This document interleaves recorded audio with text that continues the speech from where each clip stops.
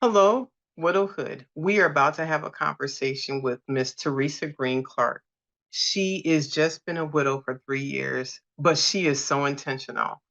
You are going to enjoy this conversation and you are going to be inspired. Let's get into it right. Many people talk about the ups and downs of married life, but no one really prepares you for life after your spouse passes away. Welcome to Widowhood Real Talk with Tina, a safe place for widows, widowers, and their friends and family to talk about love and loss. Find comfort as you listen to honest conversations between Tina and invited guests who've experienced the loss of their forever partner. Share their stories of love, grief, and healing. You are not alone in this journey. Join today's episode and discover a wealth of resources and learn how to connect with others who are traveling the same path. This is Widowhood Real Talk with Tina.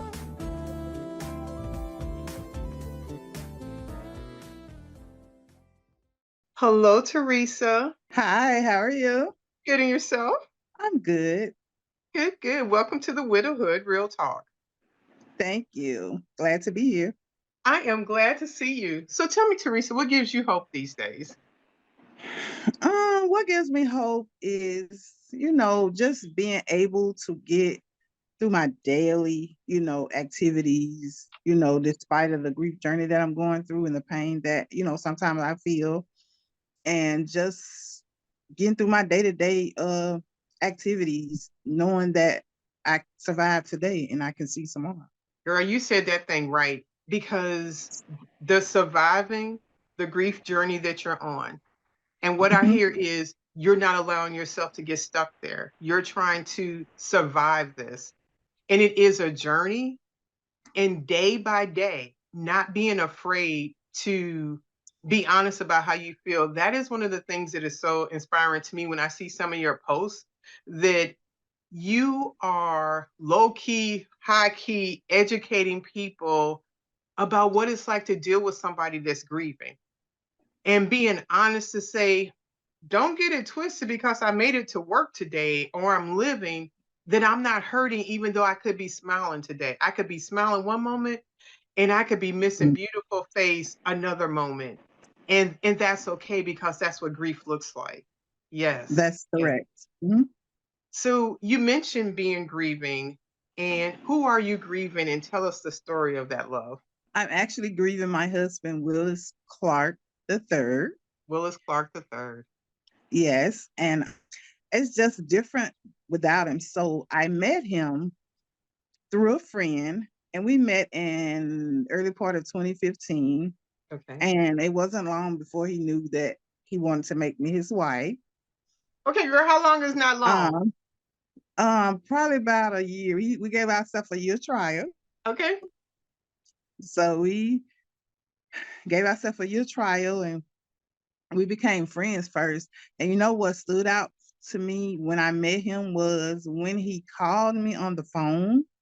Um, most guys just want your number so they can kind of, get to know you and probably, sleep with you.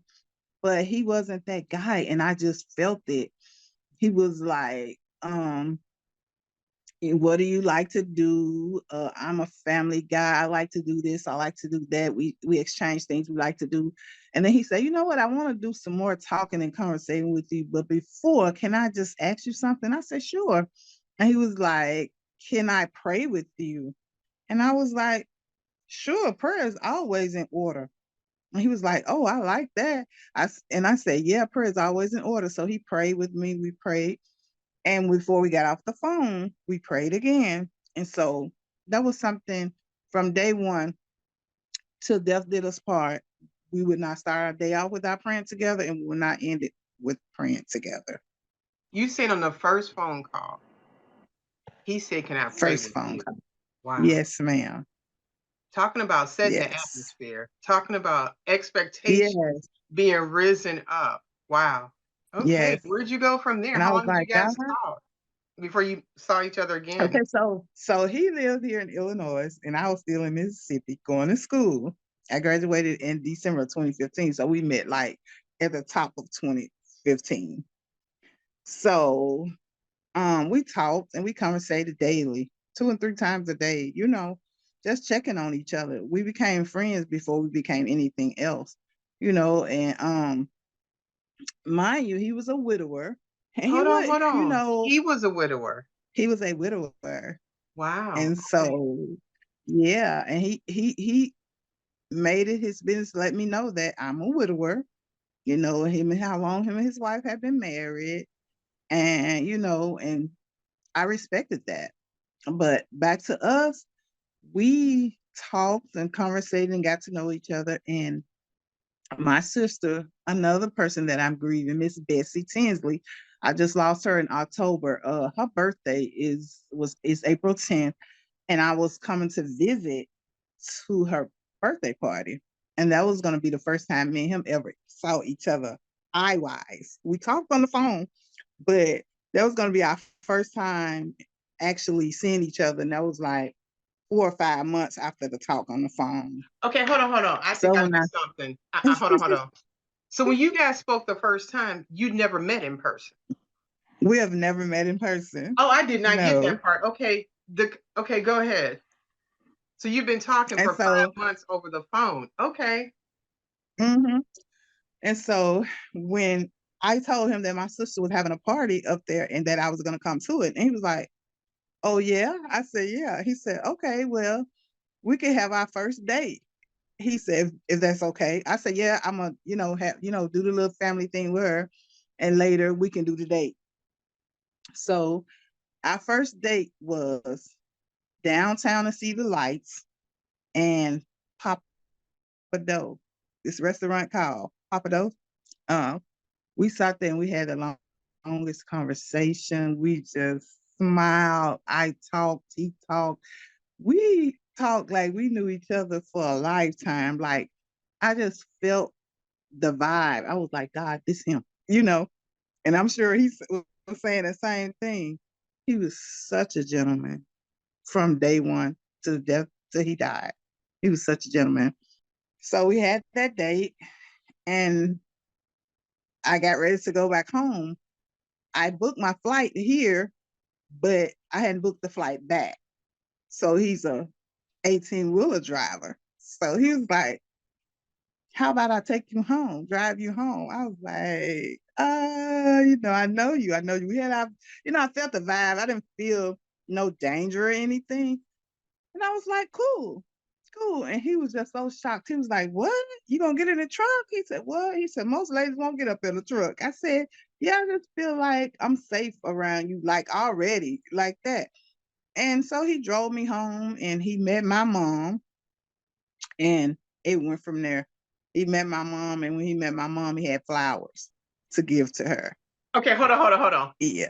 Had you ever been in a semi or done anything like that before? Never. It was so much fun. Because see, mind you, we didn't go straight to Mississippi. He Right. had some runs through Atlanta. And so we just went on a little ride. And I was like, I like this. We was just talking and getting to know each other. Now, what was your And he was sister just and your enjoying my family thinking? company. Like, you got in the truck with him? Were they freaking out as this is going on, or how's that? Yeah, they was like, do you really know him? I say, look, y'all, I'm a woman of God and I got discernment. If I felt like I was in any kind of danger around this man, it was no way I was going to get up in that truck with him. I just felt safe. It was the vibe. It was the vibe. That vibe obviously proved to be correct. So he It shows up was. with flowers to meet your mom, and what does your mom say? And she liked it. And he was like, he called her Miss Annie because her name is Annie. And then he said, shall I say Ma Annie? Okay. So this like 5 or 6 months into the relationship. So he gave her flowers. He said, well, your daughter talks about you a lot. I heard a lot of good things about you. I have something for you. He gave her the flowers. She smiled. She said, okay. I introduced them and they shook hands. And at that moment, he was like, Ma Annie, your daughter is a nice lady. I would like to just now embrace yourself for what I'm about to say because he shocked me. And he was like, your daughter is such a kind lady. She's so nice. He said, I like being around her. He said, and I would like to ask your hand of marriage. I'm sitting there like, what? You didn't tell me none of this. We didn't even talk about this. Like, wait, we didn't talk about this, sir. And so it was just a wow moment. And once we got back in the truck, after he dropped me off from home and he was getting ready to go on his run the next morning, I was like, well, after the fact, I was like, and we, had some alone time. I was like, you didn't tell me about that. He was like, you the one supposed to know about that. I said, well, okay then. I said, are you sure? And he was like, I'm so sure. Yes. Yeah. That is some Cinderella fairy tale sort of kind of something going on. Yeah. How It beautiful. was. It was. And so what happens next after your mom said yes and you over there thinking, I guess, and so yes, what happens next? So we just continue to talk about it, and we continue to date. And every moment I got out of school or break out of school, he was, you know, uh flying me to Chicago, and we were spending time together and stuff. And he was like, "We when are we gonna set a date?" I said, you let me know when we're gonna set a date." He was like, yeah, it's been 6 months already. Let's just give ourselves 6 more months, get to really know each other." And so that's what we did. And we set our date for June 24, 2016, and got married, became husband and wife. And although he transitioned in 2020, 2016 to 2020, well, I know him from 2015 to 2020, seemed like I had known him for a lifetime. Like that short period of time was a teaching season. I learned so much from him in that season. He taught me so much about the city, how to travel, the rules of the road, how to get off this interstate, off this exit and flip it if I miss my exit. Just taught me so much. He taught me so much about the Bible. He would break the scripture down for me. We would have like Wednesday night Bible classes here at home together. Yes, it was just awesome. Did you ever drive the semi? No, that was the plan, but it Okay. wasn't, it was our plan. It wasn't God's plan, because our plan was to move to Texas, and he was going to go into being a trainer driver. And he was going to be a trainer driver, and he was going to train me, and we was going to be team. We was going to be team driving, but it didn't happen like that. Wow. So tell me, you said he taught you how to get off the road and flip it around. What was that?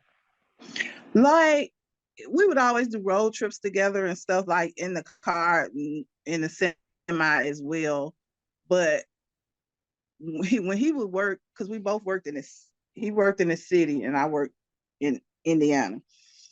And by me not being familiar with this city, whole city, Indiana, Chicago, period, I would say, so one day, I got lost.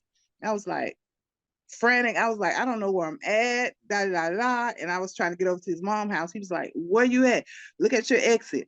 And I said, I'm getting off on exit so and so, so and so. He was like, wrong exit, baby. Don't panic. Get off that exit. Go to the next exit. If you see the next exit, get back off of it, and you're gonna flip yourself and come back around. And when you do that, just keep going straight until you see Boughton Road. Yeah. So he could just say, what mile marker are you at? He taught me what mile markers, how important mile markers were. And he said, you got to know this stuff. And then we should travel to my mom's house to Mississippi, and I would be on the passenger side, chilling and sleep. And he was like, babe, you need to wake up. I said, no, I'm tired. And he was like, you need to wake up and learn this road, girl. I'm not going to be able to do this all the time. I say, well, as long as you're here, you're going to do it. Like that. Never knew he'd be gone. And so my first trip to Mississippi after he passed away, I think it was a year after he passed away, when stuff started opening back up, I got his little favorite hat, put it on the seat beside me, put our picture on the dashboard, and I was talking to him. I was like, babe, guide me in. And I said, because I know you said watch you. I said, you thought I wasn't listening, but I know how to get here.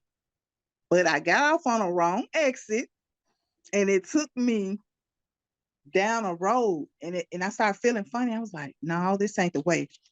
And I could just hear his voice say, girl, turn that car around, get back on that exit like I told you, and go straight. And that's what I did. And it took me right back where I need to get to. Wow. That is Yeah. amazing. Just like hearing the calmness of his voice Yes. and helping direct you. That is so beautiful. Mm-hmm. Can you share, like, you talked Yes. about It was him a teaching also sharing season. with you about the Bible, and what did he share with you that you didn't know before? Because you said you were a woman of God, so there were things you'd already known. How did that work?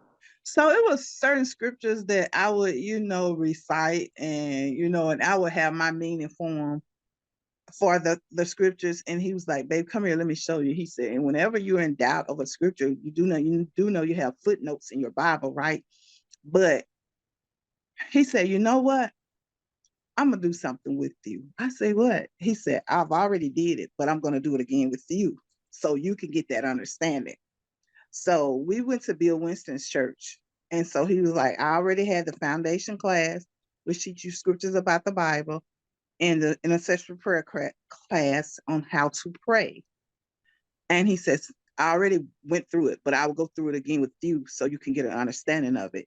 And so we went through it together and graduated together and went to classes together, and we just learned a lot. And then after the intercessory prayer classes and the foundation classes, we would always continue to pray together. And after me going through the intercessory prayer and the foundation classes, and we would be discussing stuff on a Wednesday night, and I'll break it down. And he was like, oh, you getting it? I said, yeah. And then if it was something that I did not understand, then he'll, you know, help me with it. That is really good. Yes. I mean, like Yes. he did it already, but he knew the value of an importance and wanted his wife to have that good foundation. The intimacy Mm-hmm. just kept growing from one thing It to kept growing. another. It did. It did. And he would get off work.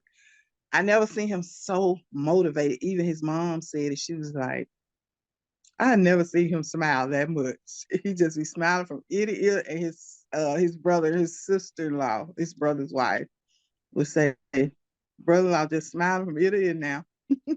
I was like, yeah, brother-in-law got me smiling from ear to ear as well.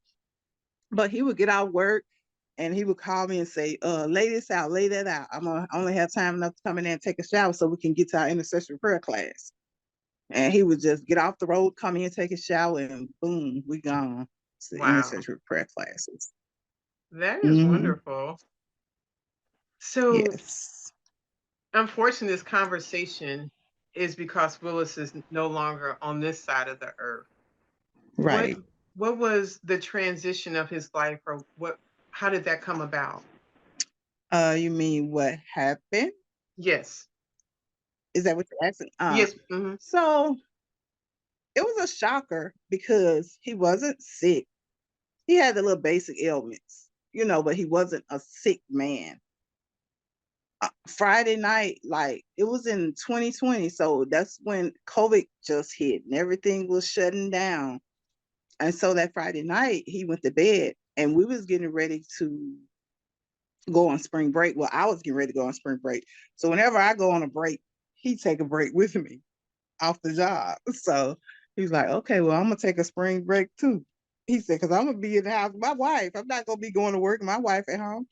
And so that Friday night he came in and we talked and we had dinner, and I sat on the couch and he kissed me on the forehead and he said, well, babe, I'm gonna go to bed.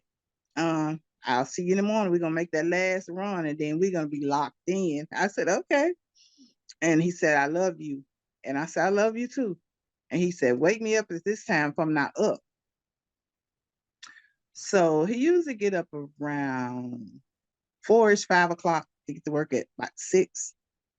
So this particular night, he woke up several times because I'm still sitting up, and I hardly ever go lay with him. Sometimes I lay with him if I know that I'm gonna go on a run with him. I'm not laying. I'm watching TV because I know I'm gonna sleep on the run. So that particular night, he got up twice, and I was like, something ain't right, because he don't get up like that. He just sleeps straight through his sleep.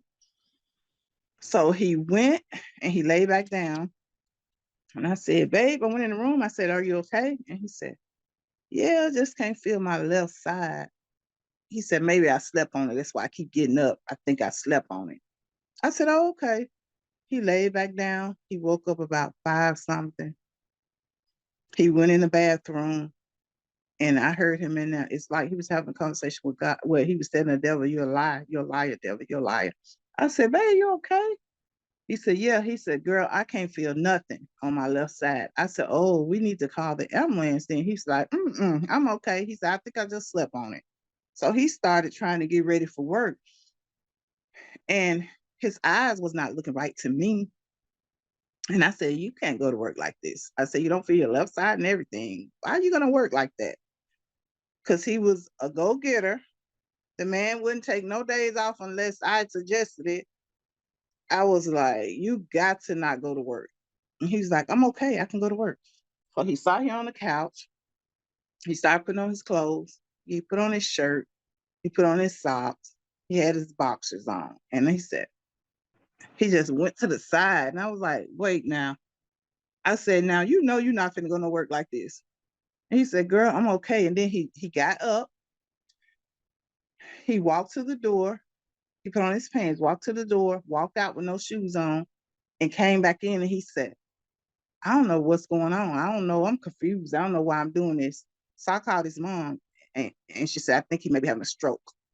I said, well, let me get him to the hospital. And he had put his clothes on and stuff. And it's like he went in and out of the stroke. So he sat here and assured me that he was okay to go to work. Because he sat here for a minute and he got it together. Like, he was talking to me like he was normal. Like, he said, okay, babe, kiss me. I'm going to go to work. So when he left, I was kind of worried. So I said, you know what, I'm going to wait till I think he almost at work, and then I'm going to call his boss. So I called his boss.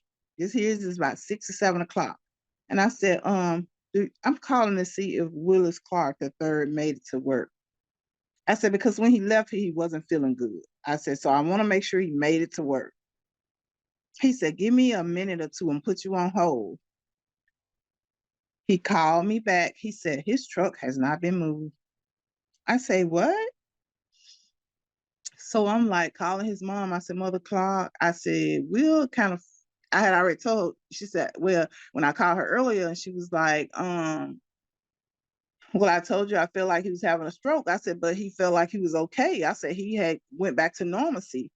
And I said, but he left and went to work. I said, I just called a job, and the job is saying that he didn't move his truck. And she said, well, let me call Vaughn, which is his brother. And I said, I'm gonna go out to look for him. She said, okay, keep me updated. I'm gonna call the kids. I said, okay. So I goes over to the job because I know how to get to his job. And I'm looking on the side of the house. I'm saying, like, is he had an accident? Where is he at? You know, didn't see none of that on the pathway going to the job. Nobody but God didn't want me to see my husband on the other side of this train. So when I pull up to the job, it's a track before you get to his job. Train completely stopped. I said, well, I'm gonna sit here about 5, 10 minutes. Maybe the train will start moving. It took everything in me not to get out that car and crawl up under that train to see if my husband was on the other side, because I'm sure he was. I guess God said, you don't need to see him like that, or whatever's going on. So I left. I stayed there about 10 or 15 minutes. I was calling my mother-in-law. I was like, I'm sitting here at the train not moving, Mother Clark. She said, well, I'm sending Vaughn, which was his brother. I said, well, I'm gonna go back to the house just in case I missed him. He got past the train. I get back to the house, and by the time I get back to the house, which is from my house to his job, is about 10 minutes, 15 minutes. I get in the house. So I'm assuming the train moved, and he was like 2 steps behind me, because when I got in the house. I called Mother Clark. I said, he's not here. And now I'm getting worried. He's not here. And she said, and then she said, calm down. So I kept calling. I said, he's not here, Mother Clark. I said, I don't know if my husband is dead. I said, and he wasn't feeling good when he left here. By that time, he came in the door because he was using his key. It was God that brought my husband home without him having an accident. Because my husband, I'm sure, had a slight heart attack or stroke driving. When he came into the door, I said, "Oh, Mother Clark, he's coming in the door now."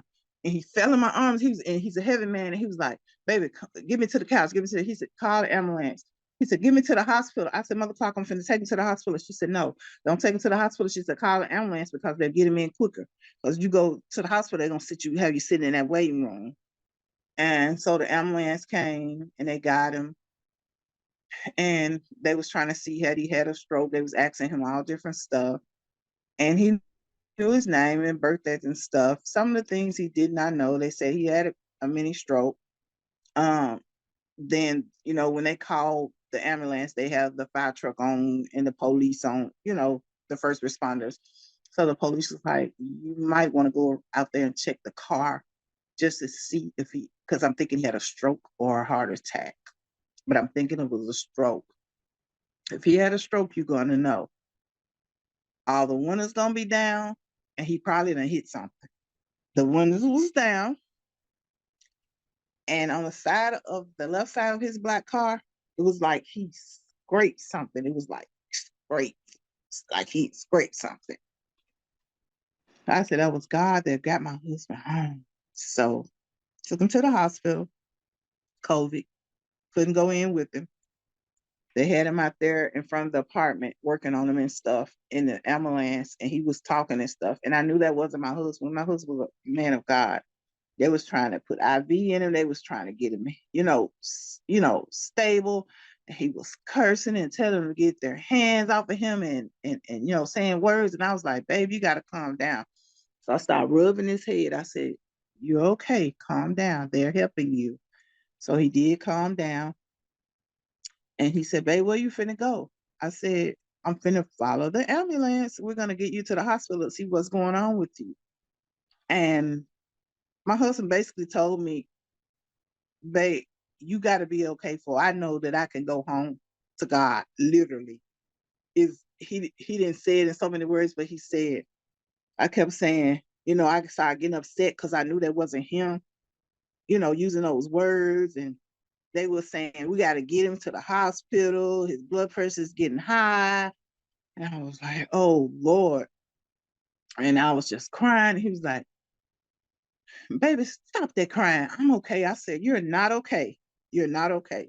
And one of the EMT men, he couldn't see him. He was like, he's not okay. I said, oh, wow. And he was like, I'm okay. You don't listen to them. I'm okay.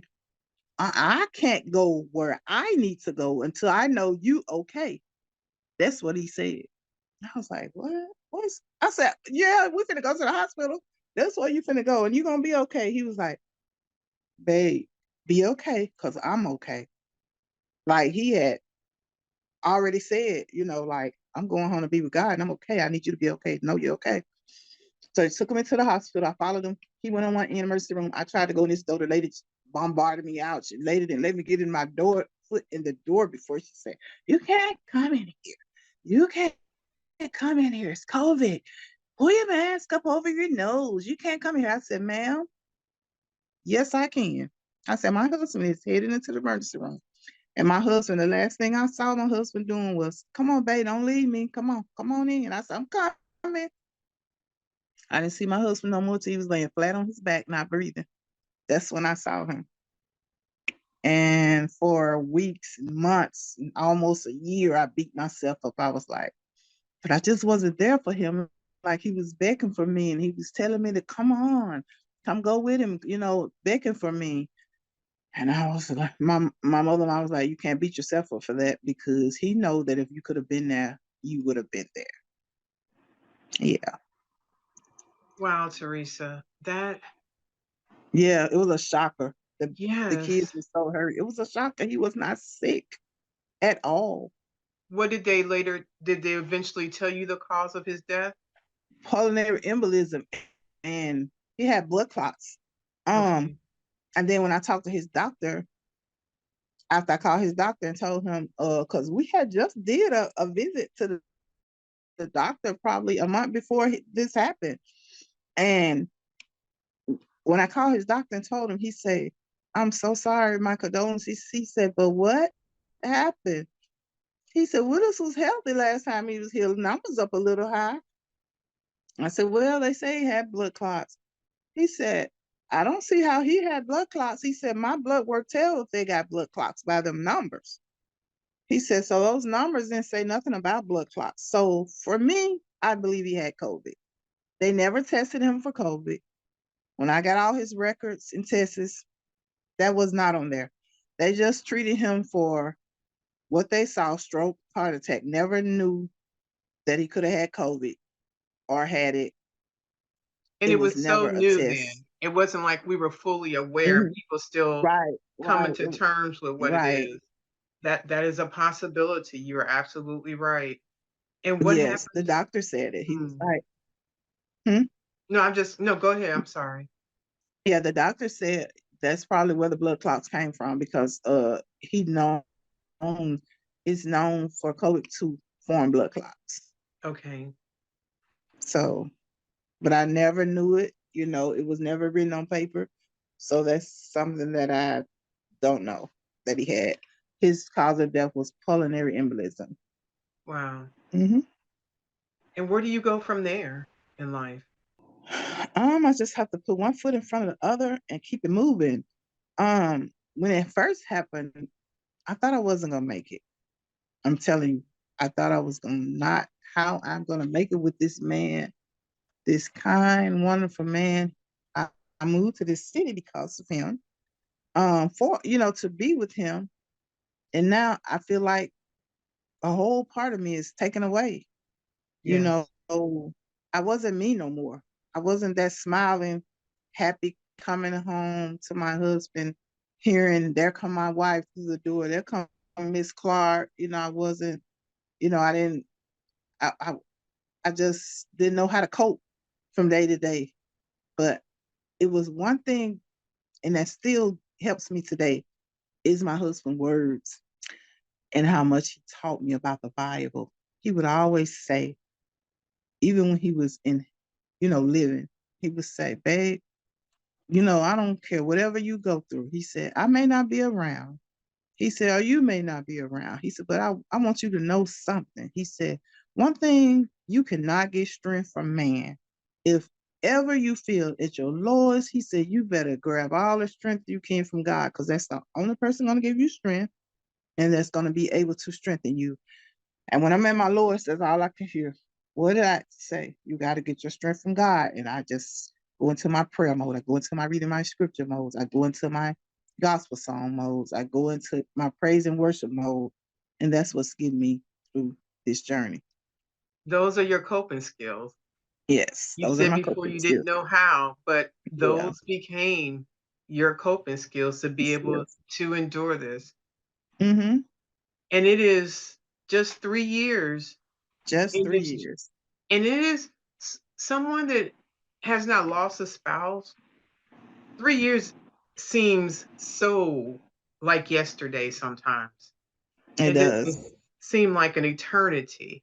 How have you been with the different anniversaries of Willis's death? Well, the first one, first everything is like breathtaking, like takes your breath away. Second year seemed harder than the first year. But this year is different because I chose for it to be different. I chose not to let year 1 and 2 go over to year 3. Like year 1 was, I just couldn't handle it. Year 2 was worse than year 1. So year 3, I was like, yeah, I gotta keep pushing. Yeah, I shedded my tears that morning. I even shedded some tears the day after, and I'm sure I'll shed some more. But that day, I just wanted to celebrate his life of going home to be with God. And I chose that, and that's what I did. That is amazing.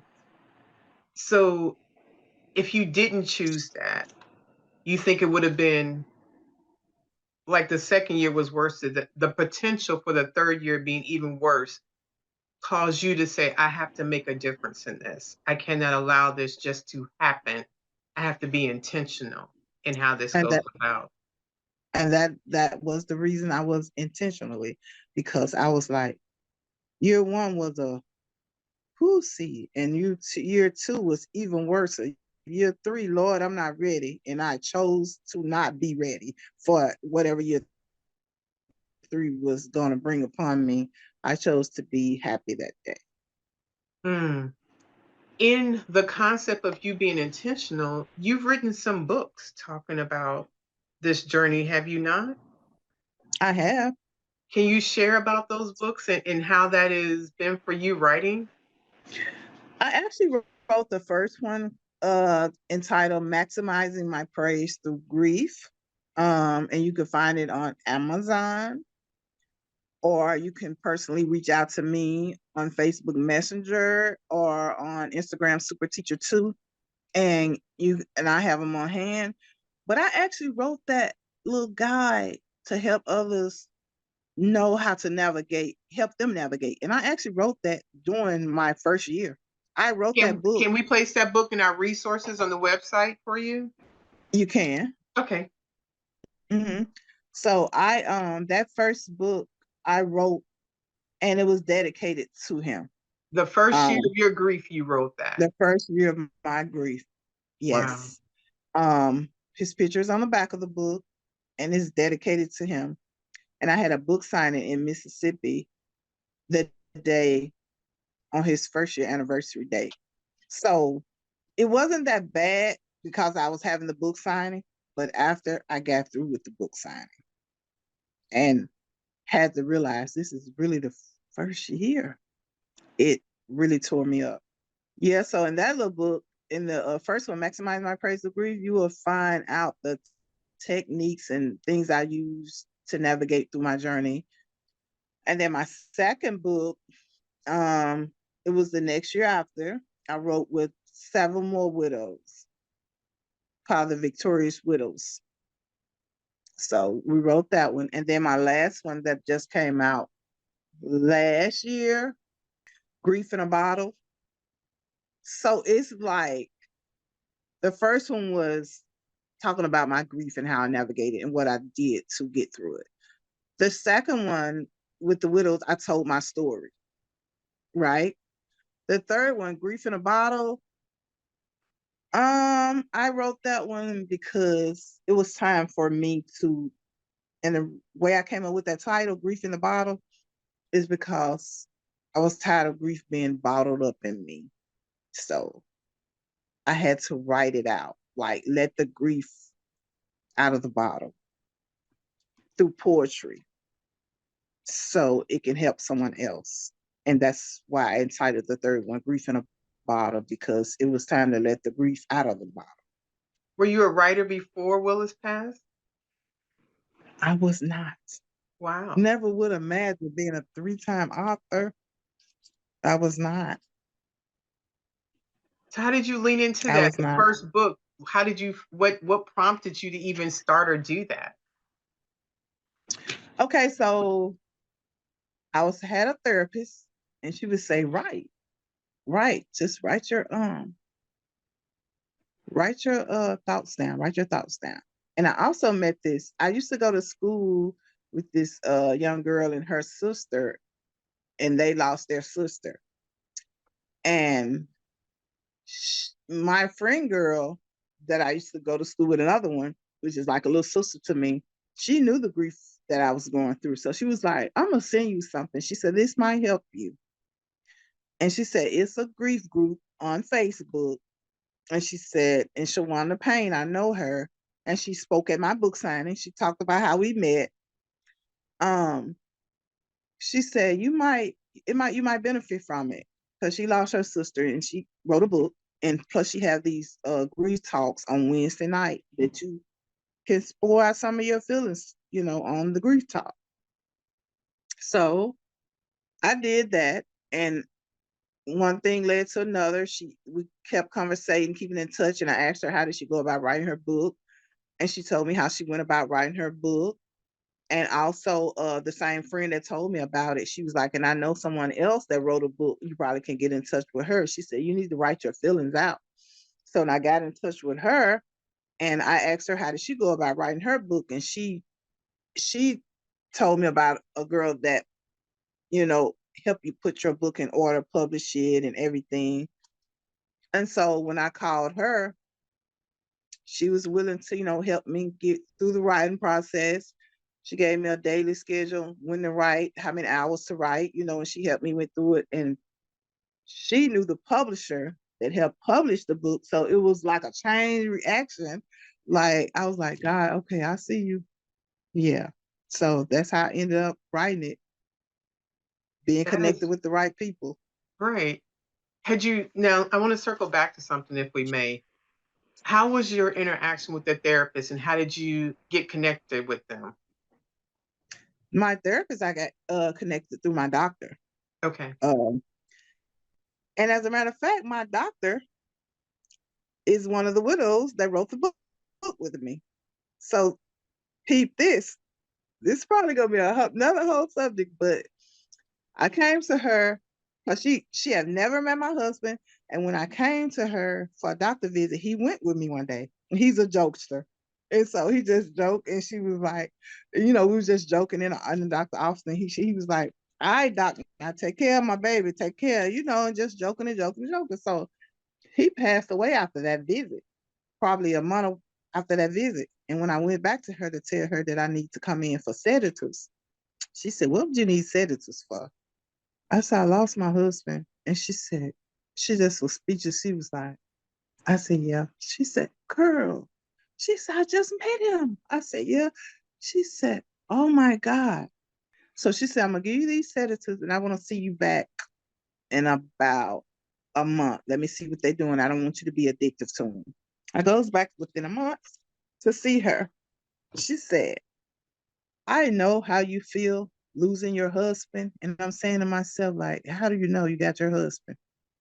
She said, because I lost my husband too. She said, Teresa, I just lost my husband a couple of weeks ago. I said, what? She said, yes. She said, I'm going to add you to this grief group on Facebook. And that's how I met all the widows that we wrote the book together. And she said, and I'm also going to give you this therapist name. You're going to like her.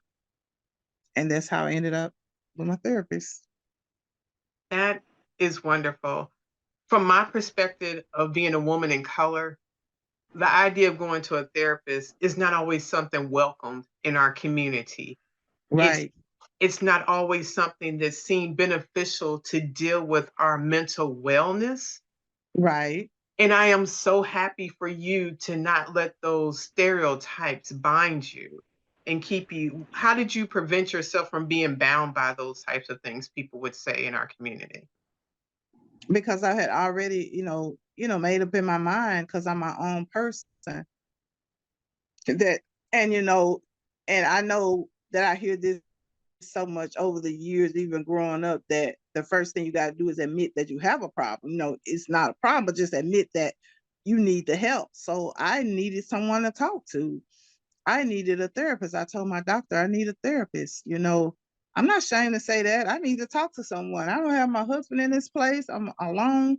I need to talk to somebody. And so every Thursday we would talk, and she would ask me how my day went and how did I feel, and and I could just talk to her, and get it off my chest about things. And she had me doing little projects and activities to help me through the grief journey, so it helped me. And I'll tell anybody, therapy helps. Yes, I am team therapist all over here. When Mark passed, I started seeing a therapist that Friday and saw them, and still I will have a therapist like I have a general practitioner. If I got a dentist, I'm gonna have a therapist. I I am know. I am not bound by those things that have prevented us. And I know it's not just the African American community. whatever that community you're in, that pride or that strength is supposed to, I can do everything myself, will be those places where you find people thinking, I don't need to go to a therapist. But I believe you're doing yourself a disservice, especially when you're dealing with something as traumatic as losing a spouse or a loved one. The fog that is in your mind, it is hard to be able to navigate everything. And having a therapist doesn't is not a key to just making it all go away, but what it is a key to unlocking those tools and those coping Right. skills that you've talked about to help manage the grief. That's correct. Wow. So you wrote a book with several women. What do you see yourself doing for this year? What are things in your life for you this year? Um, I'm actually I'm doing this podcast with you. Yay. Hey. So I actually been like when we was doing the book, the widow book, with the ladies, we actually did a magazine article in Upwards magazine. So I'm planning on writing another article for Upwards magazine. Planning on starting my own podcast. Woo, nice. I already, and I also have a book that I'm sitting on. So I won't let the cat out the bag on that one. It's a mental health book. I'm just gonna say that it's a I was gonna mental say, can we get health a book. little something, something? Okay, I'll take that as a little enough. That's a little enough. It's a mental health book for parents Okay. in understanding how to cope, with their kids through mental health. And I Okay. actually should have put that book out right after COVID because closed most of the kids that was closed in, I know that was mental for them, like not being able to see their friends. Right. So this book will help parents know, some things. I researched things about the kids. This book will help them uh have activities in it that they can do, mental health activities that they can do with their kids, Wow. to help. So when you are not writing, what things do you enjoy doing? Watching my favorite TV shows, hanging out with friends, more so like having lunch or something, um, journaling, listening to gospel, reading my Bible, um, just trying to enjoy life. And mainly thing I like to do is watch my favorite TV shows. Okay, what are they? What are those favorite TV shows? Um, I'm from the old school, Okay, so okay, I like Good Times. I like Good Times, Facts of Life, things like that. okay, Yeah, okay. the No, those old are school. good. What I grew up on. Right. When we first started talking, you spoke about learning to be happy and smiling again. Do you recall like when you first started smiling again and being happy and what that looked like for you? I don't recall, but I just know that you get to the point where on a grief journey, it's tricky. It's very tedious. So for me, when I figured out I was starting to smile again, I was like, I'm tired of crying. Mm. I'm tired of crying. That don't mean I don't miss my husband. That don't mean I'm not gonna cry no more. But I just wanted to smile more.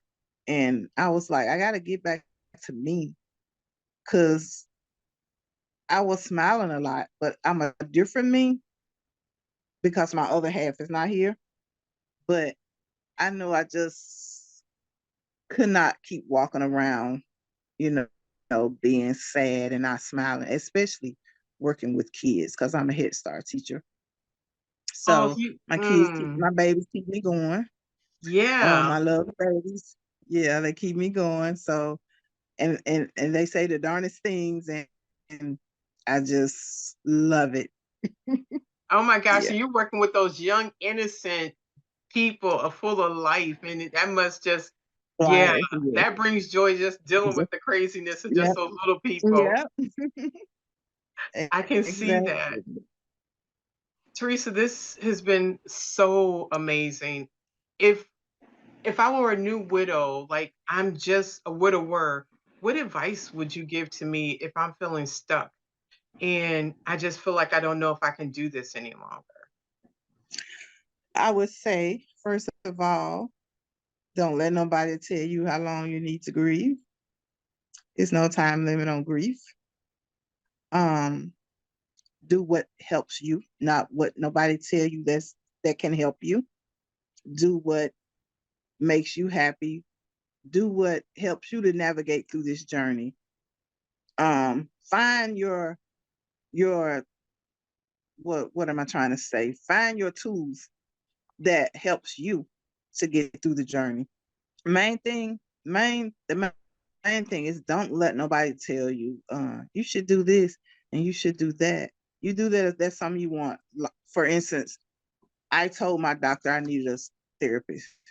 She didn't tell me you need a therapist because you couldn't have told me that because I know what I need to help me get through this journey. So just use your tools that help you get That through this journey. that is good advice. Oh, Mhm. and I apologize. I want to go back to something. You have been very boisterous in some of your posts in your Facebook. When did that start, or has that been the whole time since Willis passed? I want to say right into the second year. The first Okay. year, the first year, just gonna be honest. I was posting it, but I was posting it to pump myself up, you know, to make me feel better. Like this is what I'm telling everybody else, that it's okay. Um, Cry, let your feelings show. God got you. He's gonna, just pumping myself up. But then I actually had to, sit down and really think about it. Like, are you really like just saying this for show, or are you really exercising this stuff? And I was like, you gotta start exercising it because you saying all of that, but then th- if they only knew how you bottled up in your house crying. And it was that moment I knew like I had to say it and mean what I say and say what I mean. And I started exercising it daily, meditations, daily scriptures, gospels, and because the scripture says, so as a man thinketh, so is he. So if I'm thinking, okay, I'm sad, I'm just not gonna never be okay, then that's what I'm gonna be. So I had to let myself know, like, you gotta start exercising this stuff. So it was, I want to say, into the second year. And it was like God spoke to me and told me that's your purpose. Like you gotta exercise it because you gotta help other widows. You gotta mean what you say and say what you mean. So being intentional, Yep. I hear that as a theme throughout in this purpose, even in the most difficult parts of this, you have chosen to be intentional no matter what the pain level. As we wrap this up, No matter what the pain level is. any closing comments or Hmm? something else I said any closing comments or other things you want to speak about? Nothing. Just I like that scripture, Isaiah 40. I want to say Isaiah 40:31, where he say they shall mount up with strength, and mount up. They shall wait upon the Lord, and they shall mount up with eagle wings.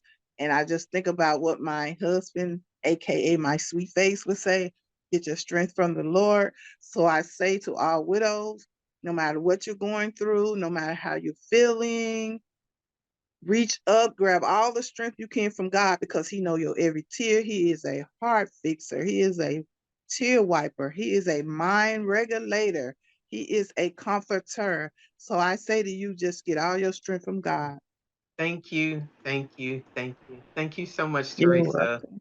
We just finished speaking with Teresa, and what an inspiration. She was very honest. She had me when she said sedative because I was like, your brain needs to be numb. All these things that she had gone through. I love her willingness to be able to seek out her help, to find a therapist, to be able to release and also help others in the books that she's written. I want you to know that you are not alone on this journey. There are other men and women going through this process with you. And every conversation that you listen to, I want to encourage you to pluck a nugget from the jewels that they are sharing and make your journey of being a widow or widower something of purpose. It may be painful, it may be difficult, but there is something for you in this process. It may be hard. Sometimes it may seem lonely, but don't let it crush you. Find a way to reach out. Find a way to find your purpose. Find a way to be intentional for your life. We are here with you. You are not alone. Talk to you soon. Thank you for spending another episode with Widowhood Real Talk. If you found the contents of today helpful, share the episode to anyone you know who may need it. Subscribe to the show and tune into Widowhood Real Talk each week. Then visit widowhood-realtalkwithtina.org to join the community and access additional resources. Remember, you are not alone in this journey.